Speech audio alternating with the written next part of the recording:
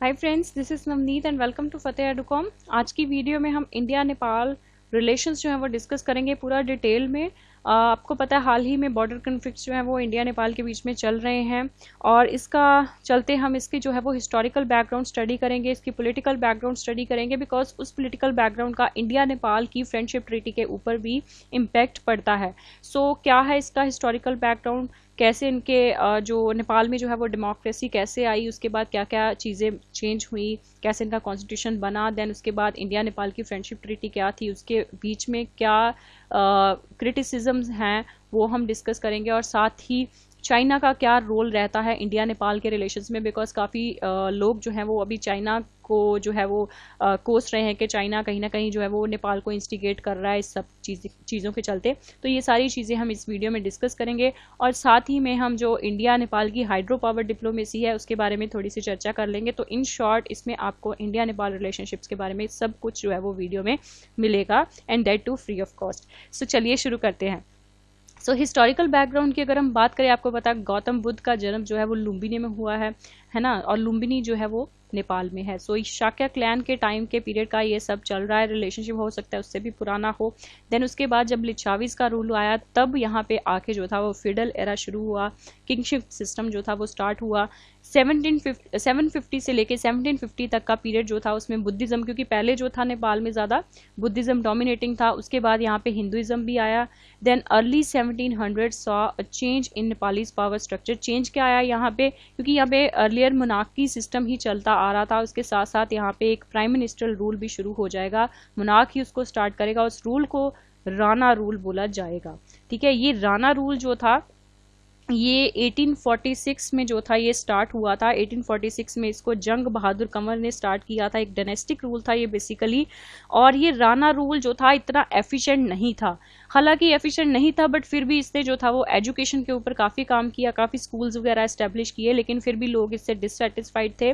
तो फाइनली 1951 में जाके जो था इस रूल का एंड हुआ। लेकिन मैं आपको बता दूं कि इसके बाद डेमोक्रेसी तो शुरू हुई नेपाल में बट प्रॉपर तरीके से नहीं, क्योंकि मोनार्की फिर भी थी। और 1950 में इंडिया और नेपाल की फ्रेंडशिप ट्रीटी साइन हुई थी, जिस वजह से आज भी कई नेपालीज इसको जो है वो इस फ्रेंडशिप ट्रीटी को नहीं एक्नॉलेज करते हैं, क्योंकि उनके हिसाब से ये ट्रीटी जब साइन हुई थी तब नेपाल में राणा रूल था। तो राणा रूल का आज की डेट में उनकी वहाँ कोई भी सिग्निफिकेंस नहीं है, तो इसके चलते वो इसको एक्नॉलेज नहीं करते हैं। सो 1920s में आपको पता है इंडिया में गांधी जी ने नॉन कॉपरेशन मूवमेंट लॉन्च कर रखा था जो बिल्कुल नॉन वायलेंट तरीके से चल रहा था। तो इसके चलते जो नेपाल की जो एजुकेटेड एलाइट क्लास थी वो बहुत ज़्यादा इन्फ्लुएंस्ड हुई और उन्होंने भी यहाँ पे जो राणा रूल चल रहा था उसके अगेंस्ट मास प्रोटेस्ट जो थे वो शुरू किए। सो अल्टीमेटली 1951 में Rana rule was ended but monarchy जो थी वो चलती गई। और जो 3 मेन किंग थे यहाँ पे नेपाल में थे वो थे त्रिभुवन वीर विक्रम शाह, महेंद्र वीर विक्रम शाह एंड वीरेंद्र वीर विक्रम शाह। सो 1951 में इलेक्शंस हुई और एनसी यानी कि नेपाल कांग्रेस जीत गई। अब ये जो रिवोल्ट हुए थे, प्रोटेस्ट हुए थे राणा रूल के अगेंस्ट, इसमें नेपाल कांग्रेस का बहुत ही बड़ा रोल रहा है। ठीक है, और नेपाल कांग्रेस जो थी उसी की वजह से ही एक तरह से आप कह सकते हो कि ये राणा रूल जो था वो खत्म हुआ। अब 1951 से 1959 तक का जो पीरियड रहा है उसमें लगातार ये जो किंग था वीर विक्रम शाह, उसके बाद में सक्सेसर महेंद्र वीर विक्रम शाह, और साथ ही साइमल्टेनियसली जो नेपाल कांग्रेस थी उनका ही रूल जो था वो डोमिनेटेड रहा। लेकिन क्योंकि किंग जो था वो बहुत ही इनसिक्योर था इस चीज़ को लेके और इसके चलते नेपाल में स्टेबिलिटी नहीं आ सकी और लगातार कुछ ना कुछ जो था वो सिविल अनरेस्ट में चलता रहा। एंड अल्टीमेटली जो नेपाल कांग्रेस थी उसको करप्ट डिक्लेयर कर दिया गया और बाहर निकाल दिया गया और उसकी जगह पे एक पार्टीलेस पंचायत सिस्टम जो था वो किंग ने इंस्टॉल कर दिया, जिसमें लोगों के पास ये राइट रहेगा कि वो अपने रिप्रेजेंटेटिव्स को खुद इलेक्ट कर सकते हैं, लेकिन अल्टीमेट पावर जो है वो किंग के पास ही रहेगी। मतलब ये एक हाईली सेंट्रलाइज्ड सिस्टम था। ठीक है, तो ये जो था 1960 से ये सिस्टम जो था वो शुरू हुआ। देन उसके बाद इनका काम जो देख के लोग काफ़ी परेशान थे। अगेन जो नेपाली कांग्रेस थी और दूसरी पार्टीज थी उन्होंने मिलके पंचायत सिस्टम के अगेंस्ट भी प्रोटेस्ट करने शुरू हुए, which ultimately resulted in first जन आंदोलन इन नेपाल इन 1990। तो ये पहला जन आंदोलन जो है वो नेपाल में 1990 में हुआ था, और दूसरा जो जन आंदोलन था नेपाल में वो 2005 में हुआ, उसका भी हम थोड़ा सा देखेंगे। सो नई गवर्नमेंट जो थी वो इस्टेब्लिश हुई, नेपाल कांग्रेस। अब इसके बीच में अब यहाँ पे थोड़ी मतलब डेमोक्रेसी जो है वो शुरू होगी, लेकिन इसमें एक पार्टी आ जाएगी, यूनिफाइड मार्क्सिस्ट लेनिनिस्ट पार्टी। अब ये जो पार्टी है इसने नेपाल के लोगों में एक तरह की एंटी इंडियन फीलिंग्स जो थी वो इम्प्रिंट कर दी, कि मतलब ये जो नेपाल कांग्रेस है ये इंडियन नेशनल कांग्रेस का, जो इंडिया में कांग्रेस पार्टी थी उसी का ही एक पार्ट है, उसी का ही एक नुमाइंदा है। तो ये इंडियन नेशनल कांग्रेस ने अपना एक नुमाइंदा नेपाल में छोड़ रखा है, जो यहाँ के इंटरनल अफेयर्स जो है वो वहाँ पे जाके बताता है, और हर एक मतलब इंटरनल अफेयर्स में ये अपनी नाक जो है वो अड़ाता रहता है। सो यूएमएल इसके चलते, क्योंकि उनका अपना एक पॉलिटिकल गिमिक था, उन्होंने जो था वो इलेक्शंस लड़नी थी, तो वो उनका जो पॉलिटिकल उन्होंने चलाया ट्रिक वो सफल हो गया। And they ruled for 9 months, they came in power for 9 months, और 9 months के बाद जो था अल्टीमेटली फिर पावर जो थी वो नेपाल कांग्रेस के पास ही आ गई। लेकिन फिर भी वही हो गया, जब मतलब आपको पता है एक बंदे के अगेंस्ट दूसरा बंदा हाथ धो के पीछे बढ़ जाए तो फिर उसको टिकने थोड़ा ना देगा, तो वही चीज हुई। तो अल्टीमेटली यहाँ पे जो था वो माओइज्म इमर्ज हुआ नेपाल में। माओइज्म आपको पता है एक तरह का जो है वो आर्म्स को भी सपोर्ट करते हैं।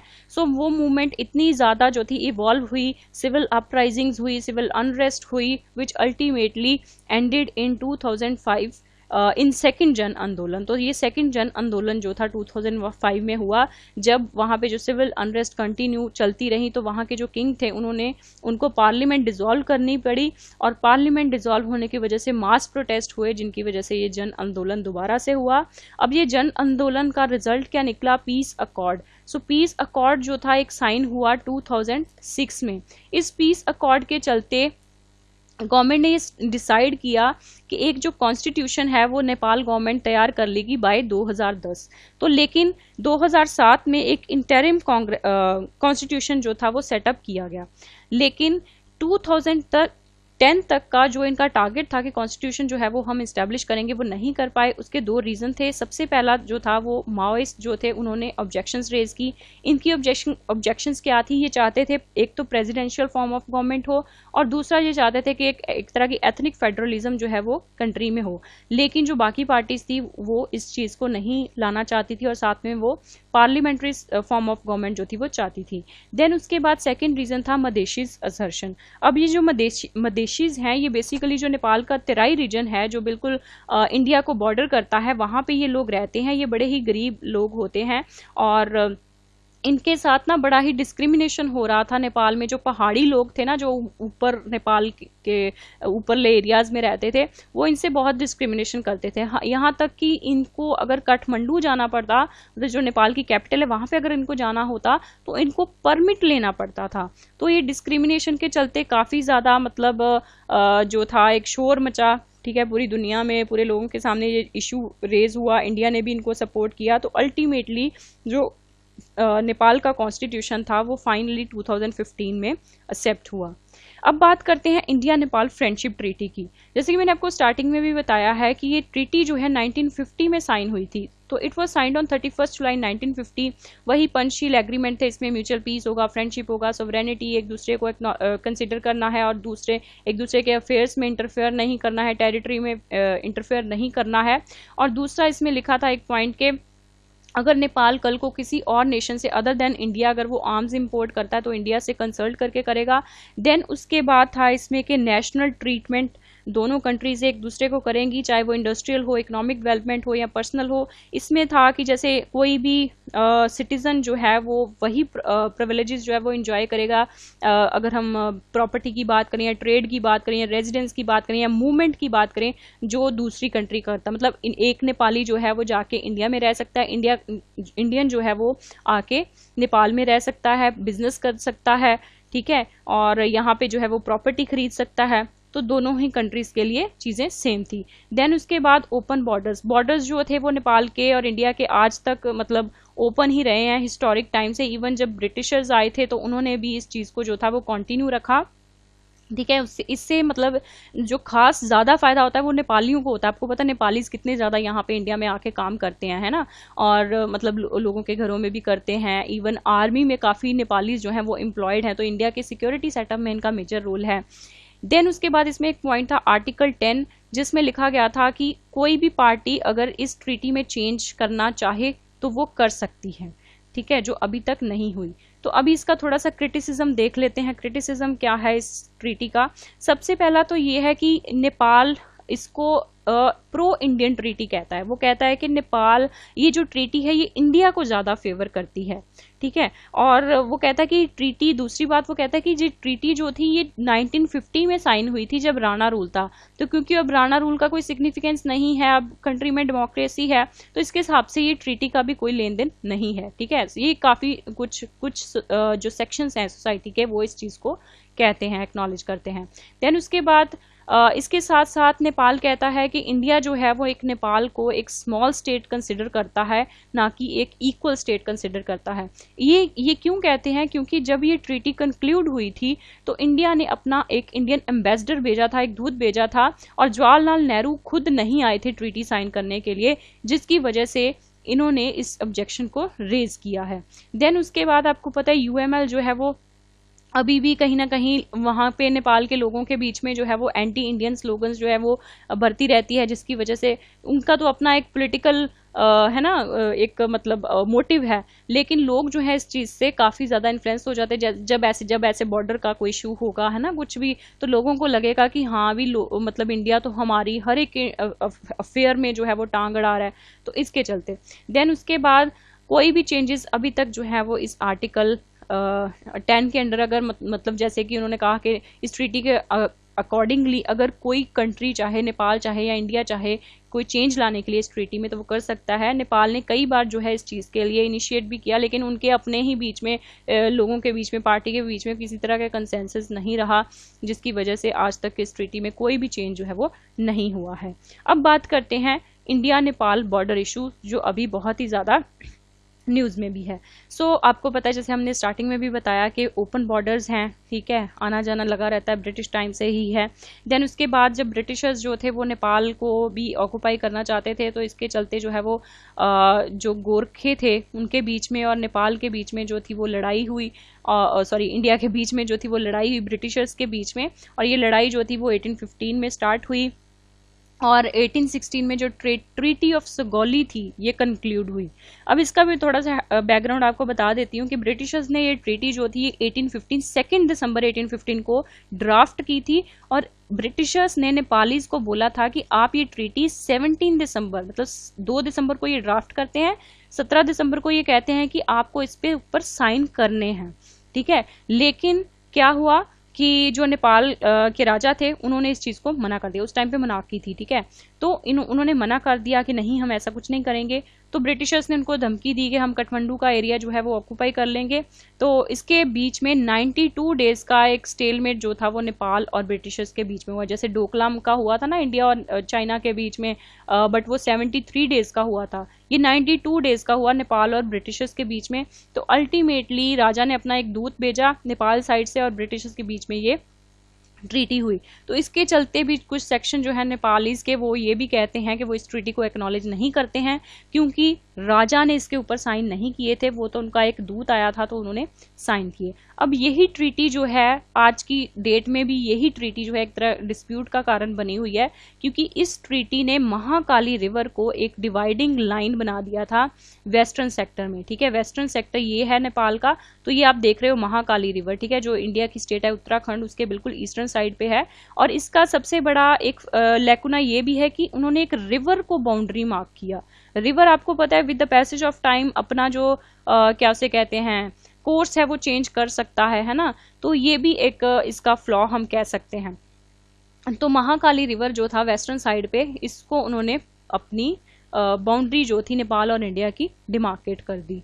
अब ये जो बॉर्डर है ना, इसको बॉर्डर पिलर्स के साथ डिमार्केट किया हुआ है, और कुछ नेचुरल क्लैमिटीज वगैरह के कारण जो है ये बॉर्डर पिलर्स डिस्ट्रॉय भी हो चुके हैं, राइट। देन उसके बाद इसके चलते क्योंकि ये डिस्ट्रॉय हो चुके हैं, कुछ बाउंड्री का क्लियर नहीं था, तो 1981 में एक joint level technical joint level technical level boundary जो थी वो सेटअप की गई इंडिया और नेपाल की तरफ से, ताकि बाउंड्री का अगेन सर्वे किया जाए। 2007 में कमेटी ने जो था वो अपनी एक रिपोर्ट सबमिट की जिसमें उन्होंने 182 स्ट्रिप मैप्स जो थे वो सबमिट किए, जिसको जो था वो रेटिफाई करना था, जबकि 2017 तक इसको रेटिफाई नहीं किया गया।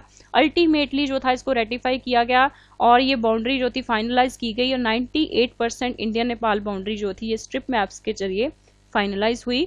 However, there is differences in perception of alignment। अब इसमें क्या हो गया कि जो ये अलाइनमेंट, जब बाउंड्री की अलाइनमेंट हुई तो इसमें दोनों कंट्रीज की अपनी अपनी परसेप्शन हो गई। ठीक है, कुछ एक बाउंड्री को मानते हैं कि ये हमारा बॉर्डर है और इंडिया जो है वो किसी और बाउंड्री को मानता है, वो भी मैं अभी आपको बताती हूँ। तो उसके चलते डिस्प्यूट हो गया मेनली दो जगहों के लेके, एक काला पानी को लेके और एक सुस्ता जगह है बिहार को, उसको लेके। ठीक है, और मेन इशू जो है इंडिया नेपाल का वो है borders have been demarcated on the basis of flowing river which shifts its course with time। So जुलाई 2014 में दोनों कंट्रीज ने एक बाउंड्री वर्किंग ग्रुप भी स्टैब्लिश किया इन दोनों इश्यूज के ऊपर, ताकि वो अपनी रिपोर्ट जो है वो सबमिट कर सके जीपीएस वगैरह यूज करके। ठीक है, तो वो इसके ऊपर काम कर रहा है, लेकिन अभी तक कुछ हुआ नहीं है उसके ऊपर भी। देन उसके बाद ये काला पानी का इशू जो है, जैसे मैंने आपको बताया कि ट्रीटी ऑफ सगौली से स्टार्ट हुआ था, जिसमें ब्रिटिशर्स ने मार्क कर दिया वेस्टर्न बाउंड्री को एज अ डिवाइडिंग लाइन, जो रिवर था महाकाली रिवर उसकी। ठीक है, सो ये अभी मैं आपको बता देती हूँ। ये बेसिकली जो काला पानी का एरिया है, जो अभी डिस्प्यूटेड एरिया है, ये बेसिकली दो स्ट्रीम्स के बीच वाला एरिया है। काली रिवर, काली या महाकाली रिवर भी आप इसको बोल सकते हो। ठीक है, ये आप देख सकते हो, ये जो काला पानी रिवर है, ठीक है, ये नेपाल है ना, ये नेपाल, ये बिल्कुल इसको ये बड़ा किया हुआ है इसको, ये आप देख सकते हो, ये नेपाल है।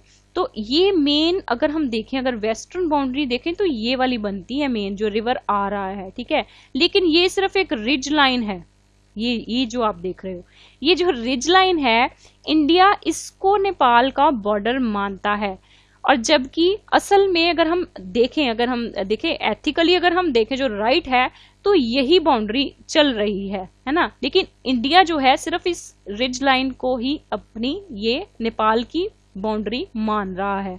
अब देखा जाए, अगर इंडिया जो है इसको अपनी बाउंड्री मानता है, डिवाइडिंग लाइन मानता है इंडिया और नेपाल के बीच में, तो ये जो एरिया है दोनों स्ट्रीम्स के बीच वाला एरिया, ये इसको हम काला पानी एरिया कहते हैं। ठीक है, तो इसका मतलब कि पूरा का पूरा काला पानी एरिया किसके पास आ गया, फिर इंडिया के पास आ गया ना, अगर वो इसको मानता है। लेकिन नेपाल कहता है कि वो एरिया जो है वो वेस्टर्न बाउंड्री इस लाइन को मानता है, तो उसके हिसाब से ये काला पानी का एरिया जो है वो नेपाल के पास होना चाहिए।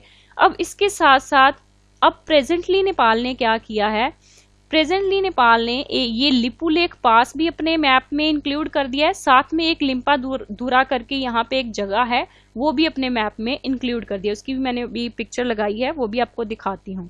ठीक है, तो अल्टीमेटली वो कहता है कि जो काली रिवर जहां से स्टार्ट होता है ना, वो एरिया लिम्पा धुरा है, तो उसके चलते वो एरिया भी जो है वो नेपाल के हिस्से आना चाहिए, और साथ में लिपुलेख पास क्योंकि उसके अंदर है तो वो भी आना चाहिए, और ये जो काला पानी एरिया है ये भी नेपाल के अंदर आना चाहिए, क्योंकि ये तीनों ही चीजें इस लाइन के अंदर आती हैं काली रिवर के, जबकि इंडिया इसको बॉर्डर नहीं मानता, इंडिया इसको बॉर्डर मानता है।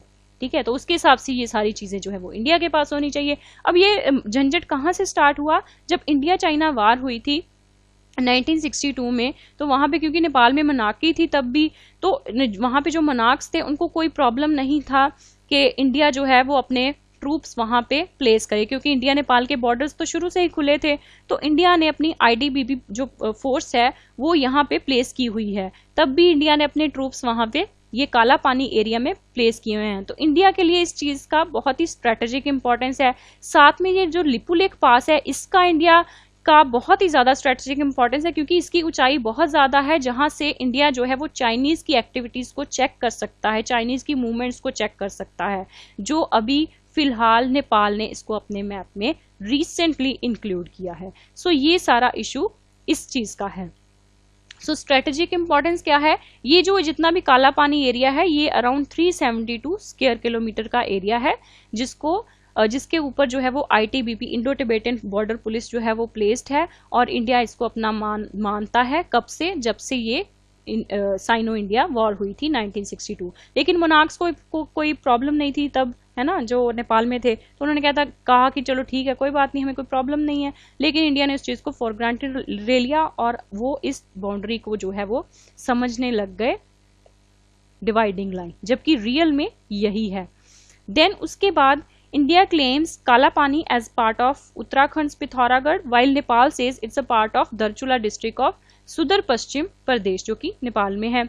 So Kala Pani falls along Indian route to. दूसरी बड़ी बात, इंपॉर्टेंट बात यह है कि जो काला पानी एरिया है ये बिल्कुल जाता है तिब्बत को, जो कैलाश मानसरोवर है उसको भी। तो हाल ही में इंडिया ने, डिफेंस मिनिस्टर जो है इंडिया के राजनाथ सिंह, उन्होंने यहाँ पे एक हाई ऑल्टीट्यूड रोड भी इनॉग्रेट की है, जो यहाँ से कैलाश मानसरोवर का रास्ता कम करने में काफ़ी ज़्यादा सहायक है। क्योंकि अगर हम नॉर्मल तरीके से जाते हैं कैलाश मानसरोवर तो सिक्किम से होके जाना पड़ता और वहाँ से कुछ 4-5 दिन का समय लगता। अब यहाँ से अगर लोग जाते हैं तो काफ़ी उनका डिस्टेंस जो है वो शॉर्ट हो जाता है, तो 1.5-2 दिन में वो पहुँच जाते हैं। तो इसके चलते उन्होंने इनॉग्रेट किया, लेकिन इसके ऊपर जो है वो नेपालीज ने ऑब्जेक्शंस रेज किए। अब नेपालीज ने ऑब्जेक्शंस क्यों रेज किए? अगर देखो, बॉर्डर्स तो ओपन ही आप जा सकते हो, लेकिन अगर आपको इनॉग्रेट करना ही था तो आप मतलब नेपालीज की परमिशन भी ले सकते थे, राइट।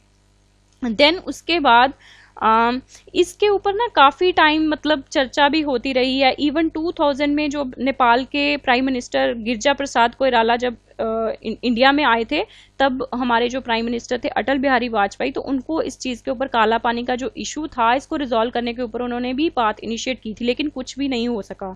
2014 में अगेन दोनों कंट्रीज ने डिसाइड किया, ठीक है, कि कुछ बातचीत हो सके, लेकिन अगेन कुछ नहीं हो सका। फिर उसके बाद 2015 में चाइना और इंडिया ने ये जो लिपू लेक एरिया है, जो मैं आपको बता रही हूँ, ये वाला, यहाँ पे ये बेसिकली क्लोज है जब से साइनो इंडिया वॉर हुई है। लेकिन यहाँ पे चाइना और इंडिया ने अपना एक एग्रीमेंट, ट्रेड एग्रीमेंट जो था, ट्रेड को बूस्ट करने के लिए एक एग्रीमेंट साइन किया। तो इसके ऊपर भी जो था वो नेपाल ने जो था, क्योंकि अपनी सॉवरेनिटी जता रहा ना वो इस टेरिटरी के ऊपर, तो उसने ऑब्जेक्शंस जो थे वो रेज किए।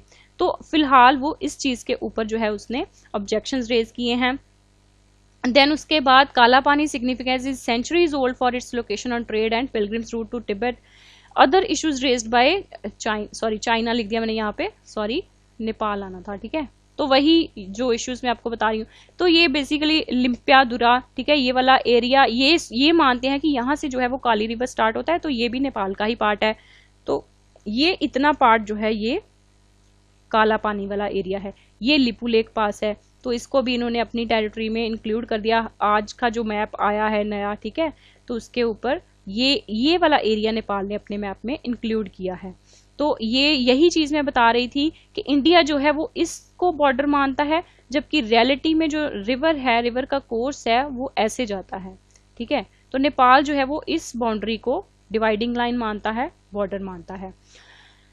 ये जो रूट है ये बड़ी सदियों से चल रहा है, ट्रेड रूट भी है, पिलग्रिम रूट भी है, ठीक है, कैलाश मानसरोवर को जाता है। एंड फाइनली जो इंडिया है, उन्होंने यहाँ पे अपनी फोर्सेस जो हैं वो इस्टेब्लिश कर रखी हैं, ITBP force. And lowest point जो लिपू लेक पास है 11,980 फीट है, जबकि हाईएस्ट जो है 20,280 फीट है। यहाँ से जो है वो इंडिया चाइना की जो मूवमेंट्स है उसको भी चेक करता है। 2015 में वही चीज़ आ गई कि चाइना ने इंडिया के साथ जो भी ट्रेड एग्रीमेंट किया, यहाँ पे आके किया, तो इस चीज़ के ऊपर भी नेपाल को जो है वो कंसर्न्स हैं। देन उसके बाद जो इन्होंने इनॉग्रेशन किया हाई ऑल्टीट्यूड रोड का टू लिपू लेक पास, ठीक है, वो बेसिकली जो उत्तराखंड में से स्टार्ट होके जो है लिपू लेक पास तक वो रोड जाता है, 80 किलोमीटर का रोड है जिसका इनॉग्रेशन हुआ है। तो इसके ऊपर भी इनको कंसर्न्स हैं।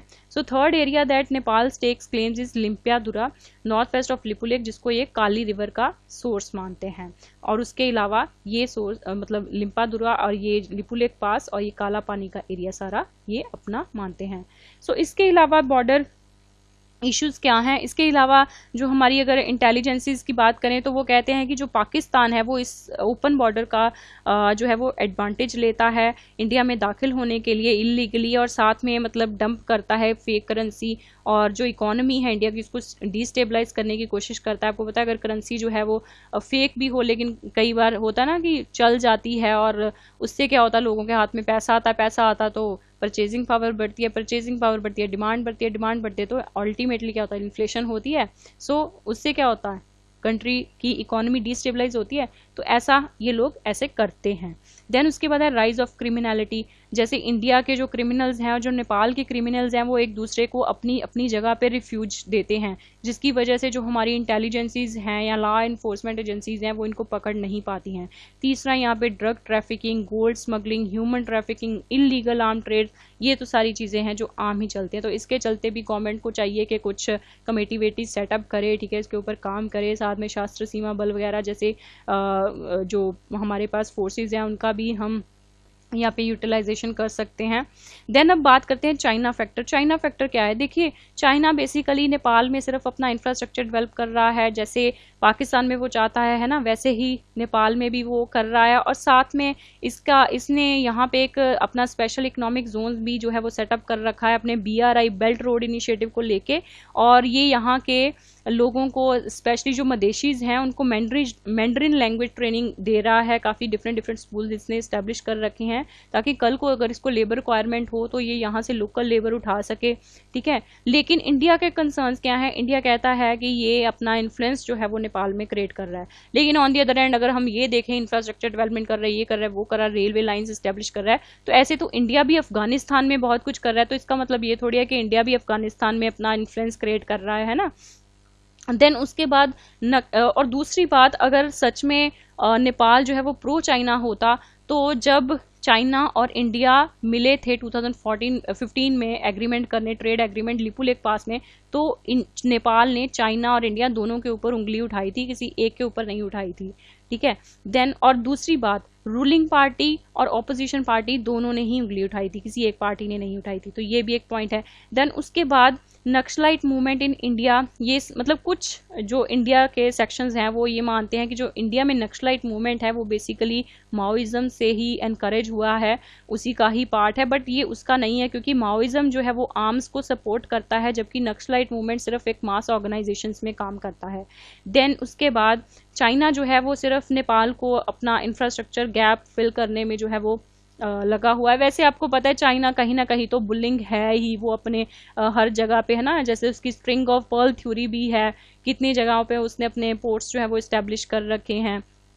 तो कहीं ना कहीं नेपाल, कहीं ना कहीं हो सकता है कि इंडिया की जो परसेप्शन है वो भी सही है उसके बदले कि चाइना जो है वो अपना इन्फ्लुएंस क्रिएट कर रहा है। लेकिन इस टाइम पे ये कहना कि वो बॉर्डर इश्यूज के कारण ऐसे कर रहा है, उनको इंसाइट कर रहा है या पैसे दे रहा है, तो ये चीज़ें जो है वो इलॉजिकल हैं। हमें इलॉजिक बात नहीं करनी है, ठीक है। आप देखो कि आप कौन सा एग्जाम दे रहे हो तो आपको कुछ भी इलॉजिकल जो है वो नहीं सोचना है, नहीं बात करनी है। लॉजिकल जो है वो वही करना है, लॉजिकल चीज़ें ही जो है वो कंसिडर करनी है। अब बात करते हैं इंडिया नेपाल की hydro power diplomacy. Hydro power diplomacy के चलते इंडिया और नेपाल के बीच में 3 ट्रीटी साइन हुई थी। सबसे पहली थी कोसी ट्रीटी, ठीक है, और ये 1951 में हुई। देन उसके बाद गंडक ट्रीटी ये 1959 में हुई। देन महाकाली रिवर ट्रीटी ये जो थी ये 1996 में हुई। अब जो कोसी रिवर ट्रीटी हुई थी, कोसी आपको पता है उसको सौरो ऑफ बिहार भी बोला जाता है। अब ये जो चाइना है ना, चाइना में एक गोबी डेजर्ट है और यहाँ से ना बहुत ही मिट्टी उड़ के ना आती है और ये कोसी रिवर को मतलब जो है कोसी रिवर में इकट्ठी हो जाती है, सिल्टेशन हो जाती है और इसकी वजह से जब बारिश आती है तो वो रिवर जो है वो मतलब उसकी जो कैपेसिटी होती है वो एक्सीड कर जाती है और फ्लड्स आ जाते हैं नियर बाय, जिसकी वजह से बिहार को इसका बहुत बड़ा खमियाजा भुगतना पड़ता था। तो इसके चलते इंडिया ने एक नेपाल में बैरेज जो था वो कंस्ट्रक्ट करवाया और साथ में नेपाल ने इंडिया को इस बैरेज के मैनेजमेंट राइट्स दे दिए 199 ईयर्स के लिए। तो इसके ऊपर भी कुछ सेक्शंस जो हैं वो कंसर्न्स रेज करते हैं कि एक बैरेज की जो लाइफ है वो 50 ईयर्स होनी चाहिए और नेपाल ने 199 ईयर्स के लिए इंडिया को जो है वो इसके राइट्स दे रखे हैं which is beyond the need, ठीक है। देन उसके बाद कुछ सेक्शंस इस चीज़ के ऊपर भी कंसर्न्स रेज करते हैं कि जो इंडिया है वो जो ज़रूरी पानी है इरिगेशन के लिए वो छोड़ता नहीं है, लेकिन जब फ्लड्स आ जाते हैं तो गेट्स ओपन कर देता है, जिसकी वजह से नेपाल के भी काफ़ी जो विलेजेस हैं वो फ्लड उनमें आ जाता है। ठीक है, तो इसके चलते भी एक इशू जो है इसको भी सॉल्व करना चाहिए। देन उसके बाद है गंदक ट्रीटी। गंदक ट्रीटी जो है ये 1959 में साइन हुई थी। इसमें 13 आर्टिकल हैं इस ट्रीटी के अंडर, गंदक ट्रीटी के अंडर। ठीक है, 13 आर्टिकल्स हैं और इसमें जो है दोनों ही कंट्रीज जो है वो वाटर को यूटिलाइज करेंगी गंदक रिवर से, और 220,000 मेगावाट इलेक्ट्रिसिटी जो है वो यहाँ से जनरेट करेंगी। देन उसके बाद महाकाली ट्रीटी जो है ये 1996 में साइन हुई थी और इस ट्रीटी के अंडर जो है वो 3 डैम्स जो हैं ये कंस्ट्रक्ट करेंगे। यहाँ पे है ये सरदा तनकपुर एरिया है यहाँ पे, तो यहाँ पे और एक पंचेश्वर एरिया है वहाँ पे जो है वो 3 डैम्स कंस्ट्रक्ट करेंगे। बट फिलहाल ये बिल्कुल भी क्या उसे कहते हैं इम्प्लीमेंटेशन में नहीं है due to social and economic environmental concerns. तो ये 3 ट्रीटीज़ जो हैं वो इंडिया की और नेपाल की हाइड्रो पावर डिप्लोमेसी के अंडर आती हैं। सो आई होप कि आपको ये लेक्चर से बहुत बेनिफिट हुआ होगा। अगर आपको वीडियो पसंद आए तो शेयर करें, लाइक करें and please don't forget to subscribe to my channel. Thank you very much.